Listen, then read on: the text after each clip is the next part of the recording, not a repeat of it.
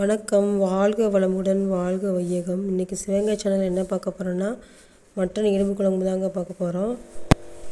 கடாயில் நம்ம எண்ணெய் வச்சு பட்டை, கிராம்பு, சோம்பு, அன்னாச்சிப்பூ, பிரிஞ்சி இலை எல்லாம் போட்டு நம்ம தாளிக்கணுங்க.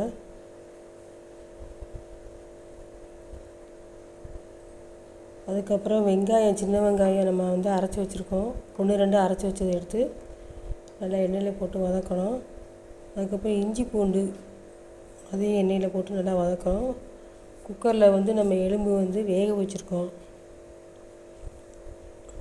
அது ஒரு நல்லா வேகிற அளவுக்கு விசில் நம்ம விட்டுக்கணும். அதுக்கப்புறம் உருளைக்கிழங்கு கட்டமாக நறுக்கி அதையும் நம்ம எண்ணெயில் போட்டு நல்லா வதக்கணும்.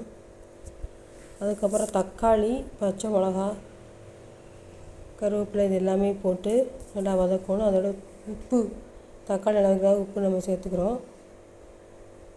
அதோட குக்கரில் நம்ம நல்லா வேக வச்சுட்டோம். எலும்பு நல்லா விசில் வெந்துருச்சு. இப்போ நம்ம இதில் என்ன போட்டிருக்கோன்னா, மஞ்சத்தூள், மிளகாத்தூள், குழம்பு மிளகாத்தூள், மல்லித்தூள் அண்ட் கரம் மசாலா எல்லாம் சேர்த்து மூடி வச்சுட்டு நல்லா வெந்த பிறகு தான் நம்ம ஓப்பன் பண்ணி பார்த்தோம். நல்லா வெந்துருச்சு. அதுக்கப்புறம் நம்ம வெந்த எலும்பு நம்ம உள்ளே போடுறோம். போட்டு நல்லா அது ஒரு கொதி விடணும். நல்லா கலக்கி நல்லா அது ஒரு கொதி வந்துடணும். நல்லா கொதித்த பிறகு நம்ம தேங்காய் மட்டும்தாங்க அரைச்சி வச்சுருக்கோம். தேங்காயோட எதுவுமே சேர்க்கல. வெறுமனே தேங்காய் மட்டும்தான் நம்ம அரைச்சி வச்சுருக்கோம். அதை நம்ம குழம்புல சேர்த்து ஒன்றே சேர்த்து கலக்கி ஒரு கொதி 2 கொதி தான் வரணும். குழம்பு கொஞ்சம் கெட்டியாக இருக்கக்கூடாது. இது எலும்பு குழம்பு கொஞ்சம் தண்ணியாக தான் இருக்கணும்.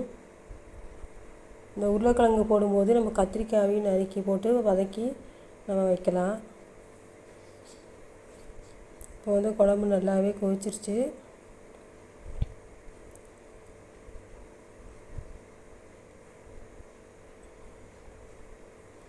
நம்மளுக்கு எலும்பு குழம்பு நல்லா ரெடி ஆயிடுச்சுங்க. மட்டன் குழம்பு ரெடி ஆயிடுச்சுங்க. தேங்க்யூ ஃபார் வாட்சிங்.